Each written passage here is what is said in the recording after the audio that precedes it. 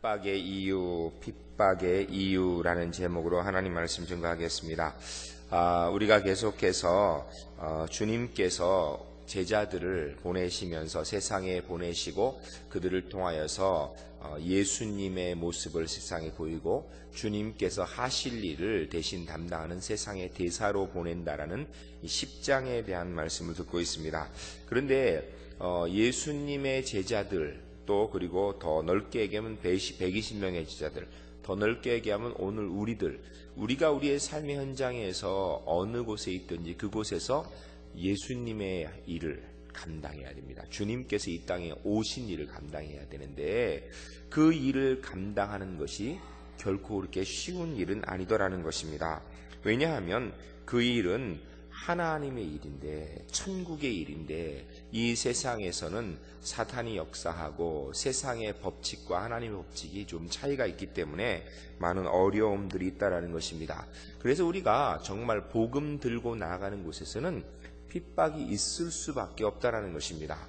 여러분, 세상이 결코 하나님의 일을 그렇게 기뻐하지 않습니다. 우리가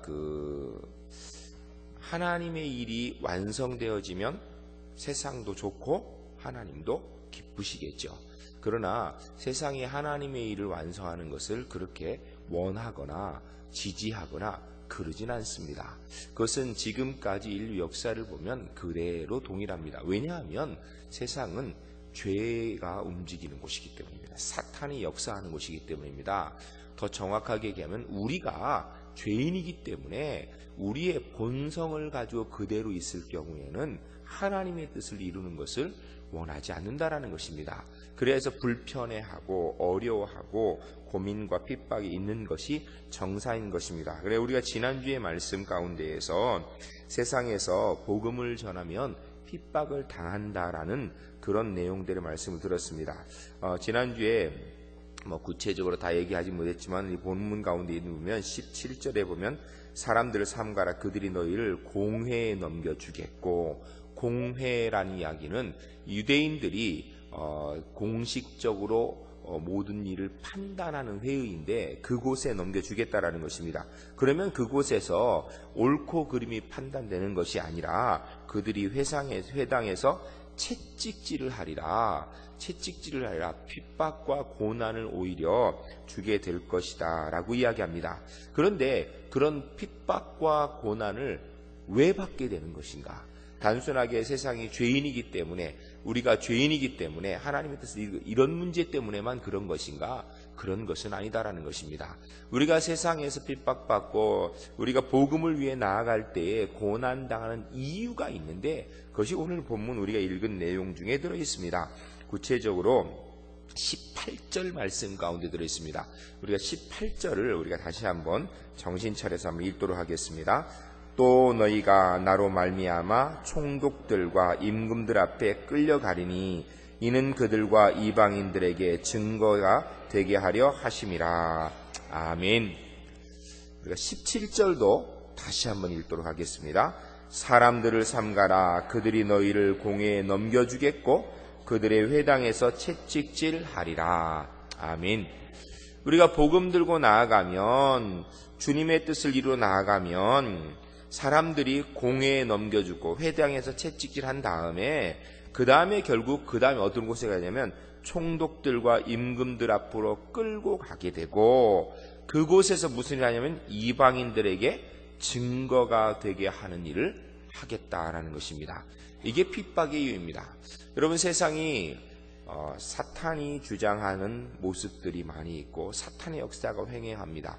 그리고 세상에 있는 사람들이 우리나 죄의 본성 가운데 벗어나 있지 않습니다. 그러니까 세상도 하나님의 뜻을 이루는 게 불편하고, 엄밀히 얘기하면 교회에서도 하나님의 뜻이 이루어지는 게 교인들도 그렇게 기쁘지만 않아요.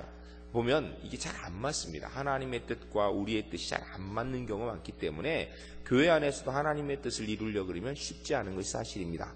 그런데 단순하게 우리가 죄인이고 부족하기 때문에 있는 것이냐면 그렇지만 않다라는 것입니다. 오늘 본문에 보면 제자들은 어떤 사람들입니까? 예수님께서 특별히 택하신 12명의 제자들은 그 출신 성분이 대다수가 어부죠.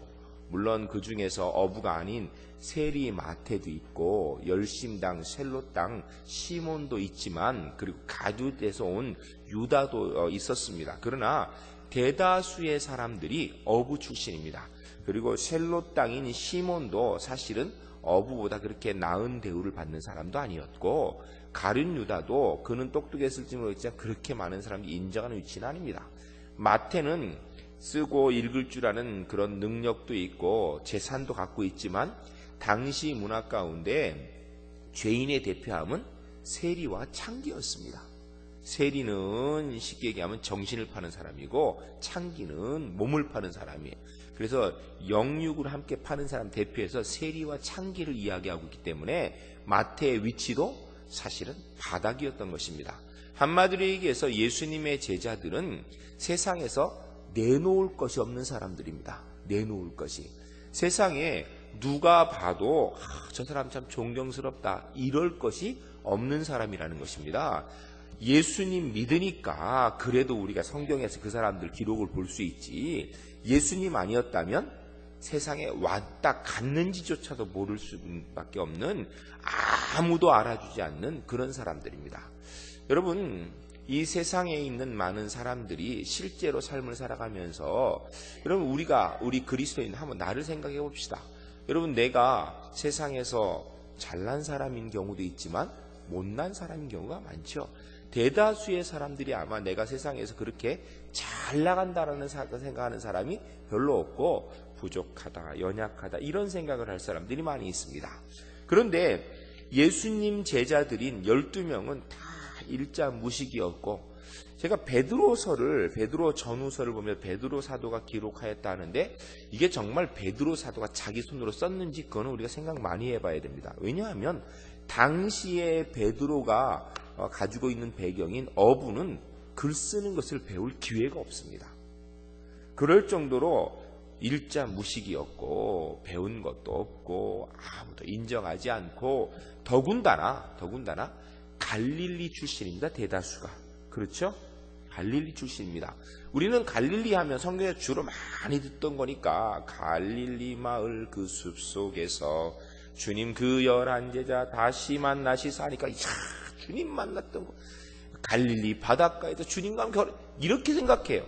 그건 우리 착각이고요. 당시에 지리학적으로 살펴보게 되면 갈릴리는 촌구석입니다. 촌구석. 그래서 뭐 이야기하기를 아이고 거기서 무슨 선한 게 나오겠냐 이렇게 얘기할 만큼, 여러분 우리가 촌이라 그러면 지금 어디입니까? 여기 이 울산 사람들이 촌이라 그러면 어디예요? 청소? 예? 어디예요? 예? 예? 베네가 어디예요? 하여튼 촌. 이 갈릴리가 어떤 정도냐면, 지금 우리가 뭐 예를 들어 베네가 촌이라고 합시다. 그러면은 베네 사람이 오면 베네 사람이 울산 와서 살면 어떻게 돼요? 출세한 거죠. 그렇죠? 출세한 거예요. 제가 저희 집사람한테 가끔 하는 얘기입니다. 당신은 시집을 잘하다 출세했다고. 정말이에요. 집사람이 저한테 시집을 와가지고, 집사람은 대전서 나서 대전서 자라가지고 대전서 결혼했습니다. 대전을 벗어나보질 못했어요. 그랬는데 저 때문에 영국도 가보고, 영국만 갔나요? 유럽도 다녀보고, 예? 그렇게만 했나요? 미국도 가보고, 예? 서울도 살아보고, 울산도 살아보고. 아니에요? 울산 좋은데 아니에요? 울산도 살아보고. 정말 출세한 거죠. 예? 제가 그렇게 얘기하면 집사람이 뭐라 하는 줄 알아요? 당신은 나 만나서 복 받은 줄 알아. 내가 우리 집안의 복덩이였어. 그렇게 얘기해. 우리 집안의 복덩이였어. 제가 그래서 가만히 생각해보니까 진짜로 제가 처덕에 사는 것 같아요. 집사람 덕에. 여러분, 그런데 우리가 그런 얘기 많이 하죠. 정말 개천에서 용났다고. 갈릴리 사람들이 사실은 예루살렘에 오면요, 개천에서 용난 겁니다. 이 사람들이, 이 갈릴리 사람들은 갈릴리에서 평생토록 고기나 잡고 있을 사람들이에요. 평생토록. 거기를 벗어날 수 있는 방법이 없습니다. 예수님이 부르시니까 그래도 예수님 따라서 예루살렘도 가보고 예수님 따라서 유대나라 방방곡곡을 다녔던 사람들입니다. 제가 볼 때 예수님 만나기 전에 베드로는 갈릴리를 벗어난 적이 없는 사람이었을 것입니다. 그렇게 아무도 안 알아주고 세상에 아무런 힘도 없고 배경도 없고 백도 없고 지식도 없고 좋은 거라고는 하나도 없습니다. 재산도 없고 그런 베드로와 그의 나머지 일행인 제자들이 오늘 본문에 보면 공회에 넘겨주겠고, 공회에 한번 가봤을까요? 예? 여기 솔직히 얘기해보세요. 국회의사당 가보신 분 몇 명 없죠? 청와대 가보신 분 몇 명 없습니다. 국회의사당이나 청와대는요, 지금은 그냥 신청만 하면 다 갈 수 있습니다. 그 당시의 공회는요, 아무나 들어갈 수 있는 데가 아닙니다. 공회원만 들어가는 거예요. 아무나 들어갈 수 있는 게 아니에요. 거기에서 일이 있는 사람만 들어가지 못 들어갑니다. 제가 그 영국의 런던에 가면 헤롯 백화점이라는 데가 있습니다. 들어보셨습니까? 못 들어봤어요. 제가 잘난 척을 하죠. 영국에 가면 헤롯 백화점이 있는데 이 백화점이 어마어마합니다. 한 블록이 전체가 백화점입니다. 이게 얼마나 좋은 백화점이냐면 헤롯 백화점 세일할 때 되면 유럽에서 사람들이 헬기를 타고 헤롯 백화점 지상에 헬기장에 내려서 세일을 하는 물건들을 사가지고 갑니다. 그 백화점에 들어가려고 그러면요, 지금은 모르겠어요. 제가 있을 때만 해도 반바지 입은 사람은요 못 들어갑니다. 반바지 입은 사람. 거기 화장실이 있습니다. 보통 일반적으로 화장실, 백화점의 화장실 공짜로 쓰죠. 헤롯 백화점 화장실은 돈을 받았습니다. 1파운드. 1파운드면 2,000원입니다. 화장실 한번 쓰려면 2,000원 받았고요. 반바지 입으면 들어가지 못하게 한다니까요. 앞에서 막아요. 최고의 품격만이에요. 밖에서 파는 그 영국의 그 인도안에 거기 있는 분이 이 옷을 하나 이렇게 가지고 장사하는, 만들고 하는 분인데, 밖에서 그 옷이 예를 들어서 50파운드다. 그런데 헤롯 백화점에 컨택이 돼서 그 헤롯 백화점에 딱 진열이 되면요, 그게 대반에 못해도 500파운드를 합니다. 500파운드 합니다. 왜냐하면 백화점 네임, 헤롯 백화점에서 받아요. 한국 사람들이 가가지고 싼 거 찾는 사람은 단데 가지만 정말 좋은 거 살려고 그러면요, 헤롯 백화점 갑니다. 우리나라에서 헤롯 백화점에 가서 싹쓸이를 했던 사람이 누군지 아십니까? 네? 전모 대통령의 영부인이었던 이모 여사. 제가 누구라고 얘기 안 해요. 그분이 영국 방문하면서 헤롯 백화점을 가장 싹쓸이를 한 번이죠. 어마어마한 돈입니다. 어마어마한 돈이에요. 거기서요, 이런 손수건 한 장만 살려도요, 어마어마합니다. 제가 거기를 한번 구경 가려고 날 잡아서 한번 갔습니다. 갔더니 문을 닫았더라고요. 노는 날이에요. 그래서 결국 못 들어가 봤습니다. 그런데 느낌에 그 앞에 들어가려고 그러면, 평상시 좀 지나가면 들어가려고 그러면 저 돈 내고 들어가야 될 것 같아요. 그냥 못 들어갈 것 같아요. 어마어마하게 해놨습니다. 밖에서 볼 때. 안에는 뭐 못 들어가 봤습니다. 여러분, 이 예수님의 제자들이 공회에 들어갈 일이 있었을까? 회당에는 들어갔을 거예요. 왜냐하면 회당은 누구나 들어가니까. 그러니까 공회에는, 예수님의 제자는 죽었다 깨나도 세상에서는 공회원이 못 됩니다. 죽었다 깨나도. 죽었다 깨나도 못 됩니다. 공회에 들어갈 일이 없습니다. 그런데 공회에 들어갑니다. 그리고 공회에 못 들어간 사람들이 총독을 만나서 얘기할 일이 있을까요? 총독. 여기 보니까 임금들을 만나서 임금들을 만나 얘기할 일이 있을까요? 없습니다. 없습니다. 여러분, 여기에 지금 이야기하고 있는 것이 뭐냐면, 제자들이 복음을 들고 나아갈 때 그들이 고난 당한다라는 것입니다. 그런데 단순하게 세상이 죄고 사탄이 역사하고 우리의 잘못이 있고 이런 문제만 가지고 고난을 당하고, 하나님의 뜻과 세상의 뜻이 다르기만 해서 고난 당하는 것이 아니라, 제자들의 능력으로는 도저히 할 수 없는 일을 만들어주기 위해서, 감당하도록 하기 위한 길을 열어주기 위해서 고난을 준다라는 것입니다. 우리 그리스도인이 이 땅의 삶을 살아가면서 내가 하나님의 뜻 가운데 하나님의 뜻대로 살려 그럴 때에 내게 고난이 온다면 기대하시기 바랍니다. 만일 내가 잘못해서 실수해서 내가 부족해서 내가 연약해서 넘어진 거라면 그거는 뭐 어쩔 수 없죠. 그건 좀 다른 문제입니다. 내가 죄져서 그런 고난이 온다 그러면 그건 빨리 회개해야 돼요. 그때 기대하고 있으면 안 됩니다. 그때는 빨리 회개해야 됩니다. 회개하고 돌이켜야 됩니다. 그러나 그것이 아니라 내가 주의 뜻을 철저하게 이루어 나가는 가운데 하나님만 바라보는 가운데 내게 고난이 온다면 기대하셔도 좋습니다. 기대하시기 바랍니다. 무엇을요? 내가 내 팔자엔 도저히 할 수 없는 일을 하나님께서 나를 통하여 이루시기 위해서 그 고난을 주신다는 것입니다. 내가 내 세상에 가진 능력이나 지식이나 재능이나 내 삶의 바운다리에서는 도저히 이룰 수 없는 그 놀라운 일, 하나님께서 그곳으로 나를 끌어올려서 그 일을 감당하게 하기 위하여서 고난을 주신다라고 이야기합니다. 그러므로 오늘부터 주의 뜻을 이뤄나가는 가운데 고난이 찾아옵니까?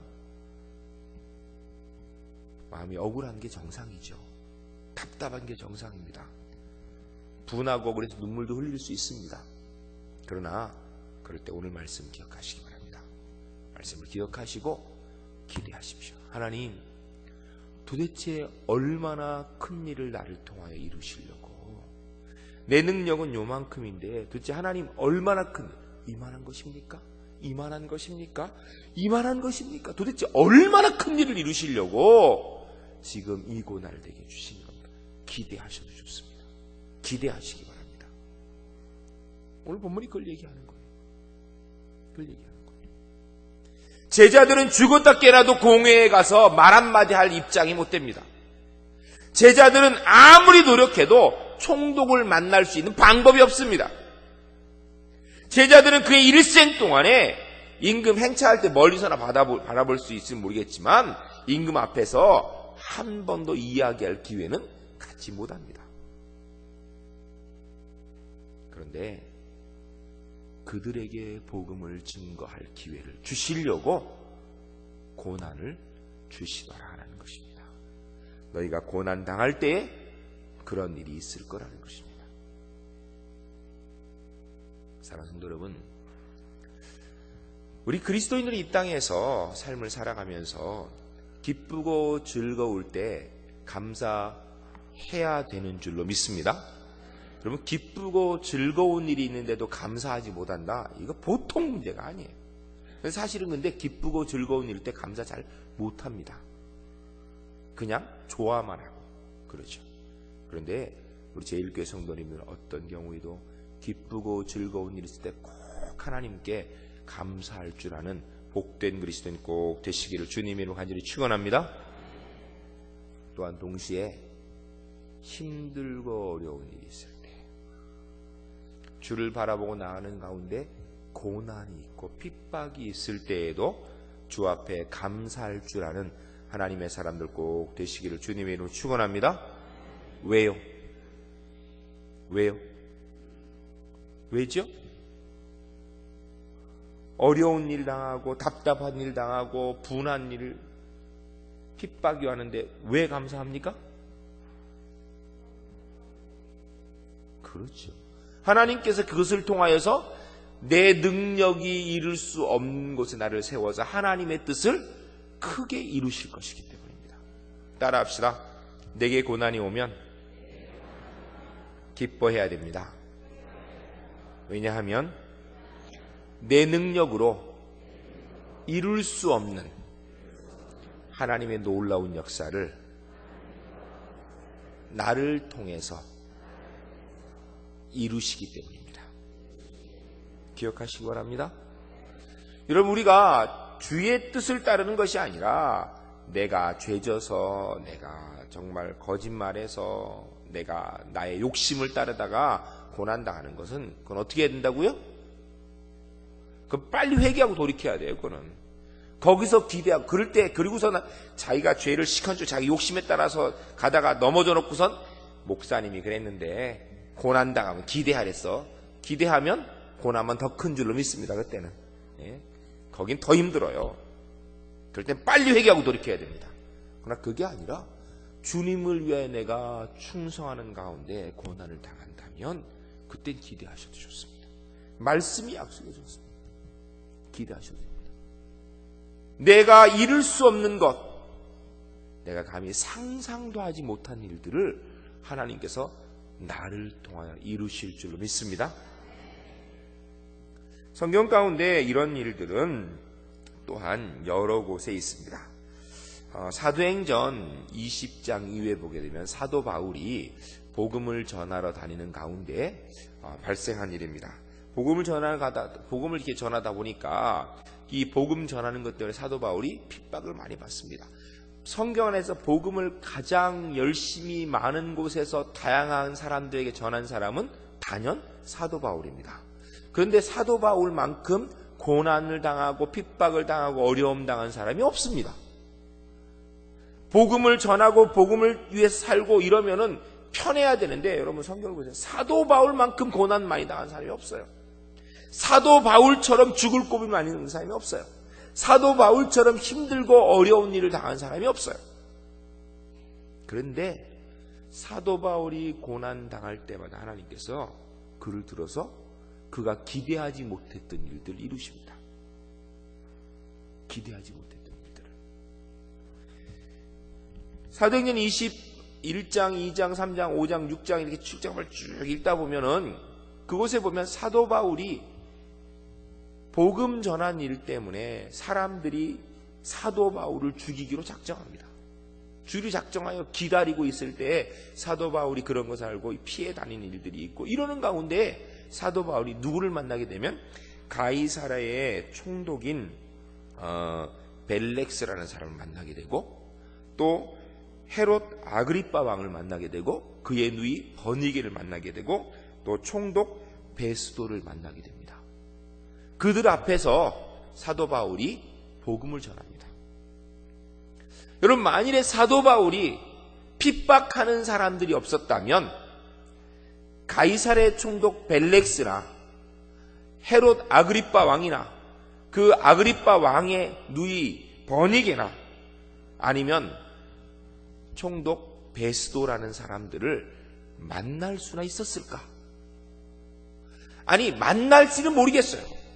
그래 만나서 그들이 듣고 있고 사도 바울이 그들에게 설교를 합니다. 성경에 보면 설교를 복음을 자세히 전합니다. 자세히 전해. 그런 일이 가능할까? 불가능합니다. 있을 수 없는 일입니다. 그런데 하나님께서 사도 바울의 핍박을 통하여서 그를 그곳에 세우십니다. 그곳에 세우십니다. 전설에 의하면, 전설이 아니라 기독교 역사에 의하면 사도 바울이 로마에서 죽은 것으로 되어 있습니다. 로마의 감옥에서. 로마 감옥에 간 이유가 뭐냐면 가이사에게 항소를 했기 때문이에요. 그때 그게 바로 이 총독 베스도 앞에서 그가 가이사에게 항소를 합니다. 그래서 그가 결국은 로마 가이사 황제 앞으로 가게 되는 것입니다. 가이사 황제에 가서 그가 재판을 하고 그에게 사형을 언도해서 결국은 바울이 죽게 됩니다. 그렇지만 여러분 바울의 일생을 쭉 살펴보게 되면 성경에 기록은 없지만 가이사에게 십자가의 복음을 이야기한 첫 번째 사람이 바울일 확률이 높습니다. 그곳에서 그가 십자가의 복음을 증거하는 일을 감당했던 것입니다. 사랑하는 성도 여러분, 우리 예수 믿는 사람이 이 땅에서 삶을 살아가는 이유와 목적이 주의 뜻을 이루게 한 것입니다. 십자가의 복음 증거, 하나님께서 나를 통해 이루실 일들을 이루게 한 것인데 그것을 하다 보면 우리가 생각도 하지 못한 일들이 우리 가운데 있습니다. 제가 그런 간증들을 여러 번 들었습니다. 아마 여러분도 들었을 거예요. 저는 본래는 이런 아무것도 아닌 사람인데 예수 믿고 나니까 내가 이렇게 살아왔습니다. 예수 믿고 나서 살다 보니까 이런 사람들도 만나고 이런 일도 하고 지금 이런 위치에 이르렀습니다. 이런 간증 들어보셨죠? 네? 이게 똑같은 게 지금 그 얘기를 하고 있는 거예요. 지금 본문에서. 성도 여러분, 하나님께서 이 세상이 구원받기를 원하는 줄로 믿습니다. 우리 하나님이 사랑하시는 것은 교회가 아니죠. 요한복음 3장 16절 다 외울 줄 아시죠? 우리 한번 외우겠습니다. 시작. 하나님이 세상을 이처럼 사랑하사 독생자를 주셨으니 이는 저를 믿는 자마다 멸망치 않고 영생을 얻게 하려 하십니다. 아멘. 하나님께서 하나님께서 교회를 사랑하사 이랬으면 이게 좀 말이 달라집니다. 그런데 뭐라고 얘기합니까? 하나님께서 세상을 이처럼 사랑하사 얼마만큼? 독생자를 주실 만큼. 독생자를 주실 만큼. 하나님께서 온 세상의 구원을 원하십니다. 온 세상의 구원을 원하세요. 우리가 하나님 원하시는 온 세상의 구원을 위해서 나간다면 내가 생각지도 못한 위치에 나를 세우셔서 하나님께서 일하실 것입니다. 하나님께서 일하실 것입니다. 전도를 안 해본 사람들은 처음 전도하려고 그러면 어렵습니다. 그러면 전도하려고 그러면 주로 누구에게 전도하려면 만만한 사람을 찾습니다. 그렇죠? 아니에요? 주로 만만한 사람 찾습니다. 만만한 사람. 그래서 나보다도 못 배운 사람, 나보다도 못 사는 사람, 하다못해 내가 밥이라도 한 그릇 사주면 그 사람이 고마워할 사람, 이런 사람을 찾아 전도하죠. 그렇죠?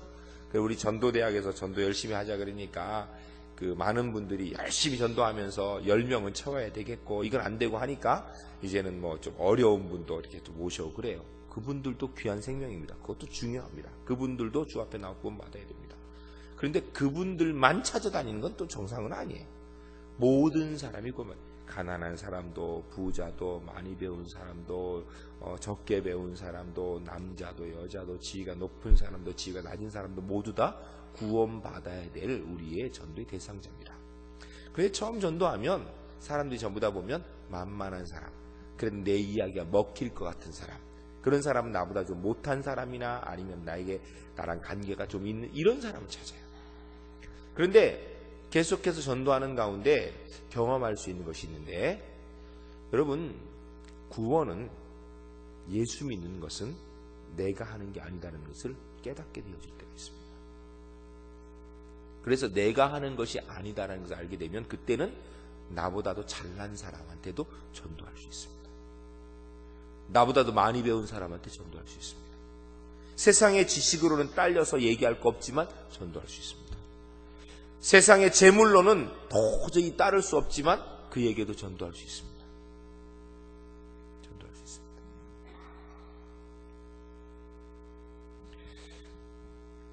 왜요?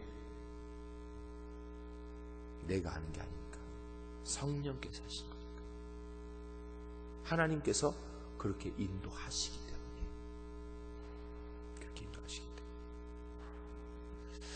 여러분, 우리가 이 세상에서 실제로 내가 가진 지식이 다른 사람보다 더 많기 때문에 전도할 수 있고, 내가 가진 재물이 그 사람보다 더 많기 때문에 전도할 수 있고, 내가 그보다 더 잘나서 그를 전도할 수 있다라고 생각한다면 오산입니다.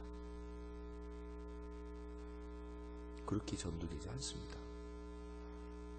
나보다 못한 사람도 그가 정말 예수 믿으려면 성령의 은혜가 있어야 돼요. 성령의 은혜가 있어야 된다. 그냥 되는 문제가 아니에요.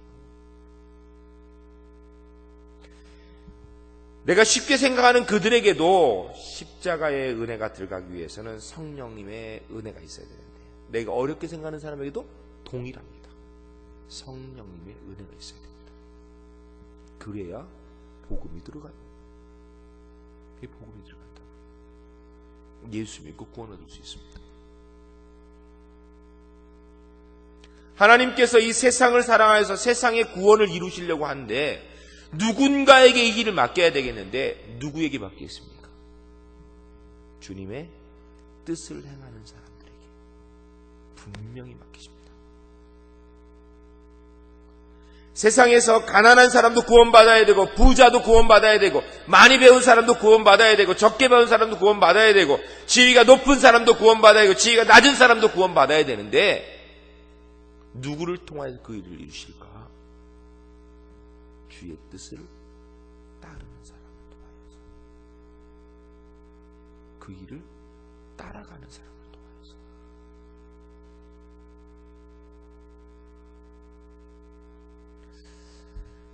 사랑하는 성도 여러분, 우리가 이 땅에서 내가 만만해 보이는 사람 자신이 있을까? 열심히 전도해야 됩니다.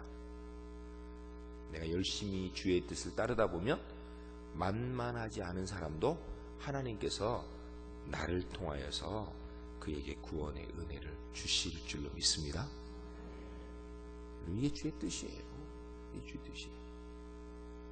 내가 이 땅의 삶을 살아가면서 만만해 보이는 일, 그것 가지고 기도하고 그 일 이루는 것 중요합니다. 해야 됩니다. 그것도 근데 기도하며 해야 됩니다. 그런데 우리가 주의 뜻을 따르다 보면 내가 상상도 하지 못한, 만만하지 못한, 생각도 하지 못한 그 일도 하나님께서 나를 통하여서 이루실 줄로 믿습니다.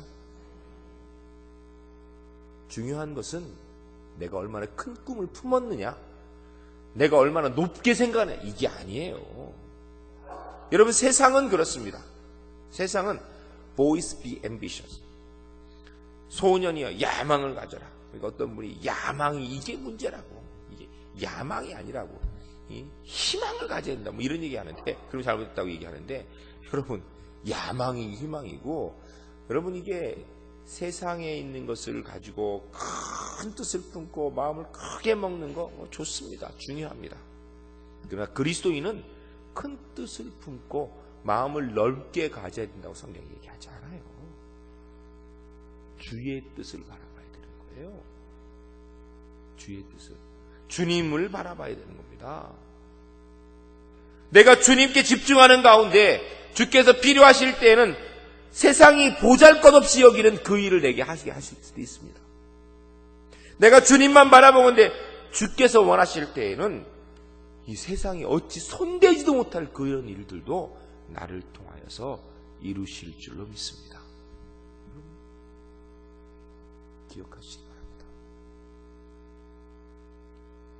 하나님께서 우리를 어떻게 쓰실지 아무도 몰라요. 아무도 몰라요. 아무도. 그래서 교회 안에서는요, 절대로 세상에 많이 배운 지식 가지고 이 사람이 일 잘할 거다 못할 거다 생각하면 안 됩니다. 교회 안에서는 절대로 세상에 많은 재물 가지고 이 사람이 하나님 일 잘할 거다 못할 거다 따지면 안 됩니다. 교회 안에서는 얼마나 이 사람이 순수하게 하나님의 뜻을 이루려고 하나님께 집중하고 있는가 읽어봐야 됩니다. 읽어봐야 됩니다. 그리고 그런 사람들이 일을 할 수 있도록 세워줘야 됩니다. 그게 좋은 교회입니다. 옳은 교회입니다. 얼마나 하나님의 뜻을 이루기 위해서 순전히 애쓰는가, 이게 교회의 관건이 돼야 됩니다.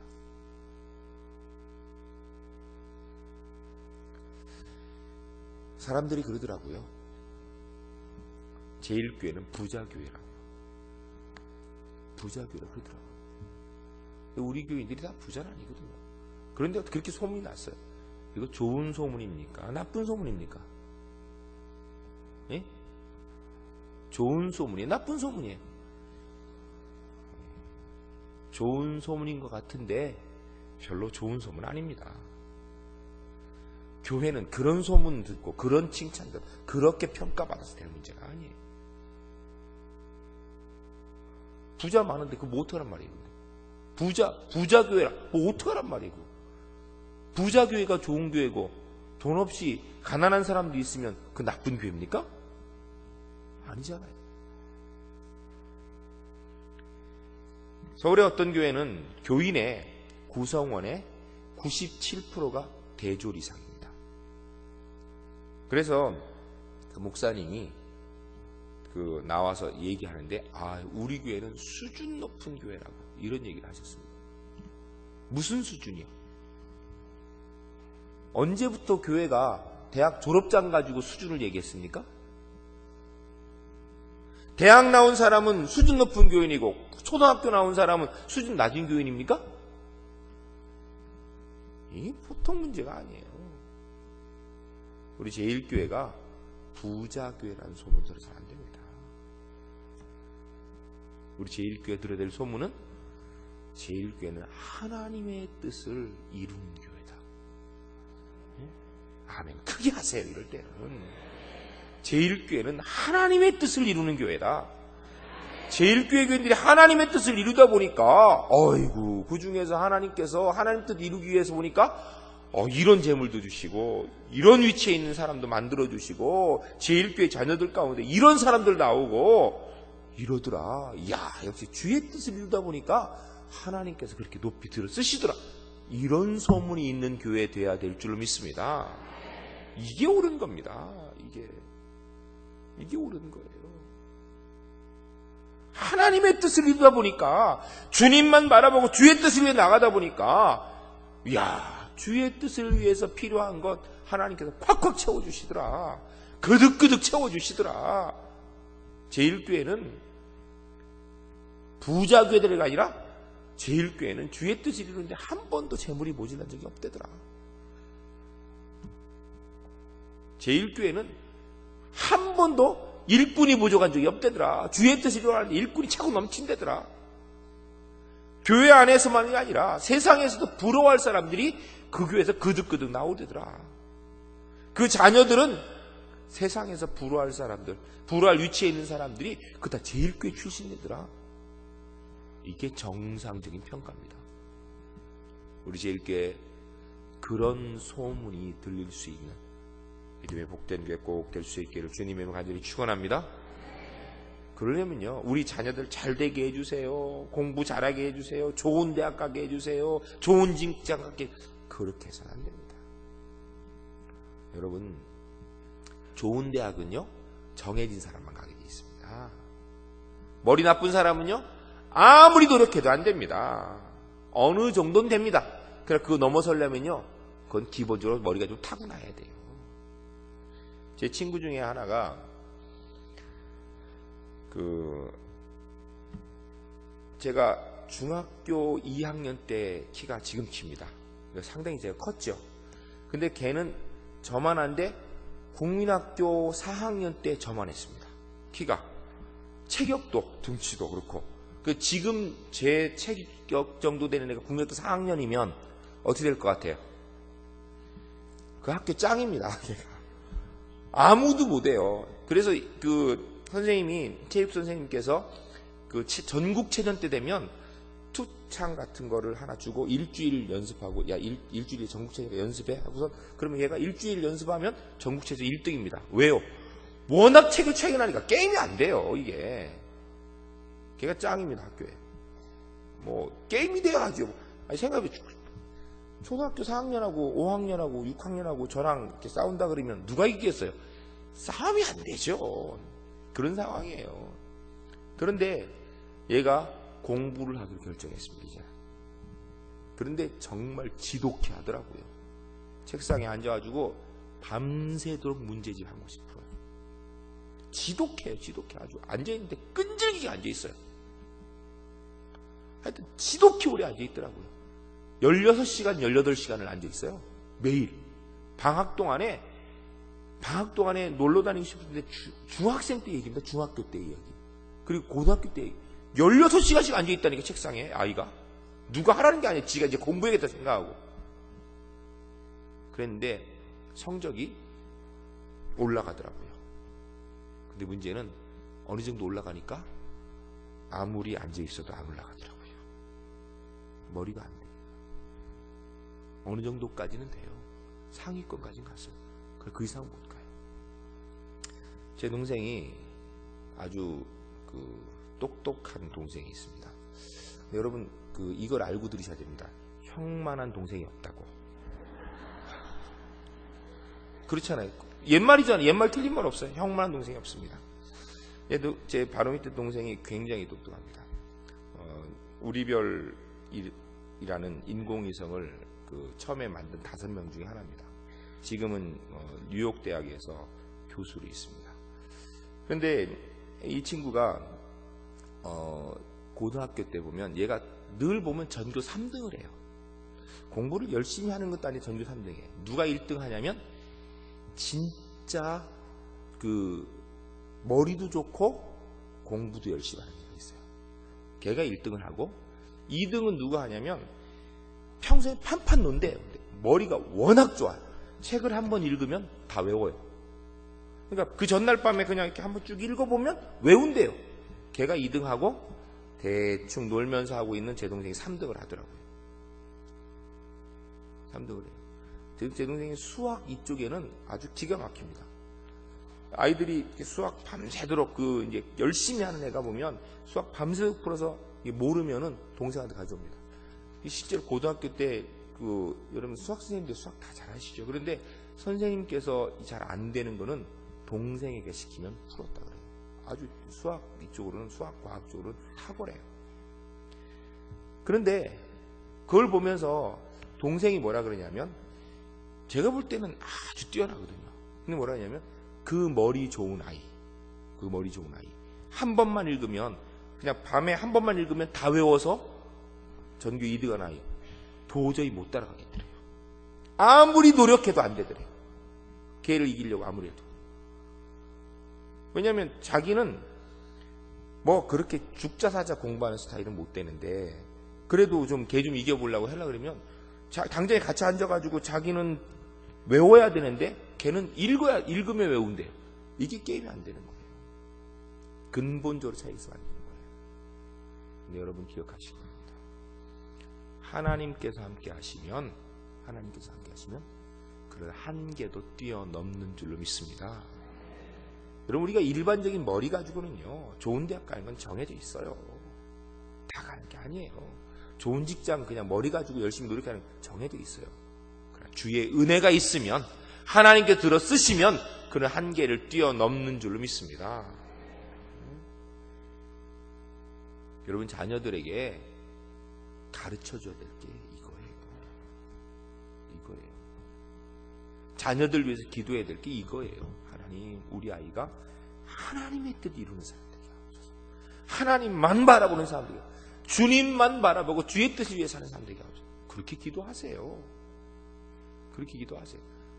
공부 좀 못해도 괜찮아요. 그렇다고 무조건 못하라는 얘기 하는 게 아니에요. 지난 작년 우리 부흥회 때 김창근 목사님 오셔서 하신 말씀 가운데 제게 그 전에도 몇 번 들었지만 참 기억나는 게 있습니다. 천국 가는데 지장 없으면 다 용납하라고. 근데 실제로 목사님 자녀들 그렇게 기르세요. 여러분 지금 당장의 세상에서 잘 나가지 못할 것 같다고 염려하지 마세요. 여기 보면 중고등부에서 수련회 때만 되면 교사 선생님들이 하는 얘기가 애들 수련회 보내달라고 우리 재직 부모님들에게 얘기 좀 해달라는 거예요. 목사님 광고 좀 해주세요. 우리 중직자들이 아이들을 수련회를 안 보내. 공부해야 된다. 주일날 예배도 잘 못 오게. 아니면 예배만 간단히 드리고 그냥 빨리 집에 가라 그래. 공부하라고. 여러분 주일은 좀 쓰세요. 써요. 하나님 위해서 좀 쓰세요. 예배 좀 철저히 드리더라 하고 하나님의 일 먼저 좀 하도록 가르치세요. 그 아이 절대 안 망합니다. 절대 안 망합니다. 하나님의 일을 위해 들어 쓰시면 내 능력을 벗어나는 일, 내 능력 가지고 도저히 할 수 없는 일, 그 일도 감당하게 될 줄로 믿습니다. 우리 제1교회는 그러한 교회 꼭 될 수 있기를 주님의 이름으로 간절히 축원합니다. 우리 함께 기도하겠습니다. 주신 말씀 기억하면서 하나님, 우리가 주를 위해 나아갈 경우에 아버지 하나님, 고난이 찾아올 수 있습니다. 고난이 올 때 두려워하지 않게 하시고 담대함 갖게 하여 주시옵소서. 하나님, 내가 주를 위해 나아가면 주께서 내 능력 넘어서 일을 나를 통하여서 이루시고 내 능력 넘어서 곳에 나를 세울 줄로 믿습니다. 우리 한번 기도하겠습니다. 거룩하신 아버지 하나님, 하나님의 귀한 백성들에게 오늘도 주 앞에 나 말씀 듣고 기도할 수 있는 주신 것 감사합니다. 간절히 기도하옵는 것은 하나님 아버지, 하나님 사람들에게 주신 말씀대로 아버지 하나님, 우리가 이 땅에서 주를 위해 살아가는 하나님의 사람 되게 하여 주시옵소서. 세상에서 성공하기 위해서, 남보다 잘나기 위해서, 더 잘하기 위해 사는 사람 되지 않게 하시고 하나님의 뜻을 이루기 위해 사는 사람 되게 하여 주시옵소서. 그래서 아버지 하나님 원하시는 역사를 이루기 위해서 오늘도 최선을 다해 나가는 믿음의 거룩한 백성들 되도록 인도하여 주시옵소서. 우리가 주를 위해 나아가는 가운데 하나님, 우리에게 있는 어려움들과 핍박들이 오히려 하나님이 나를 세우시는 기회가 되게 하시고, 아버지 하나님, 내가 주를 위해 나아가는 가운데 나는 상상도 하지 못하고 생각도 하지 못한 은혜의 역사들을 하나님 앞에서 받는 하나님의 사람들 되게 하여 주시옵소서. 내가 주를 위해 나아가는 가운데 내가 도저히 이룰 수 없는 위치에 이루어진 것을 보며 하나님 앞에 서는 사람들 될 수 있도록 인도하여 주시옵소서. 거룩하신 아버지 하나님, 우리가 주를 위해서, 복음을 위해 살아나갈 때에 뜻하지 않게 고난과 핍박이 다가오면 기대하게 하여 주시옵소서. 하나님께서 내 능력 넘어서 일을 하시기 위하여서 이런 고난을 주신 것을 믿고 주님 앞에 오히려 감사하여 주의 역사 이룬 하나님의 사람들 되도록 인도하여 주시옵소서. 하나님, 우리가 우리의 자녀들에게 세상에서 잘난 사람 되게 하기 위하여서 애쓰는 부모 되지 말게 하시고, 세상에서 잘 나가는 사람 되게 하기 위하여서 노력하고 온 힘을 기울이는 세상의 부모와 동일한 모습 갖지 않게 하시고, 하나님의 뜻, 하나님의 역사 이루는데 탁월한 사람들을 만들어가는 믿음의 부모들 되도록 인도하여 주시옵소서. 그래서 아버지 하나님, 우리의 자녀들이 하나님, 세상 사람들은 애쓰고 노력하여서 자기가 가진 머리의 한계, 환경의 한계를 뛰어넘지 못할 때에 주님께서 들어 세우셔서 삶의 한계를, 우리의 능력의 한계를 넘어서 하나님의 역사를 이루는 것 경험하는 믿음의 복된 자녀들 만들어 가도록 은총 베풀어 주시옵소서. 그러고 하신 예수 그리스도의 이름으로 간절히 축복하며 기도하옵나이다. 아멘.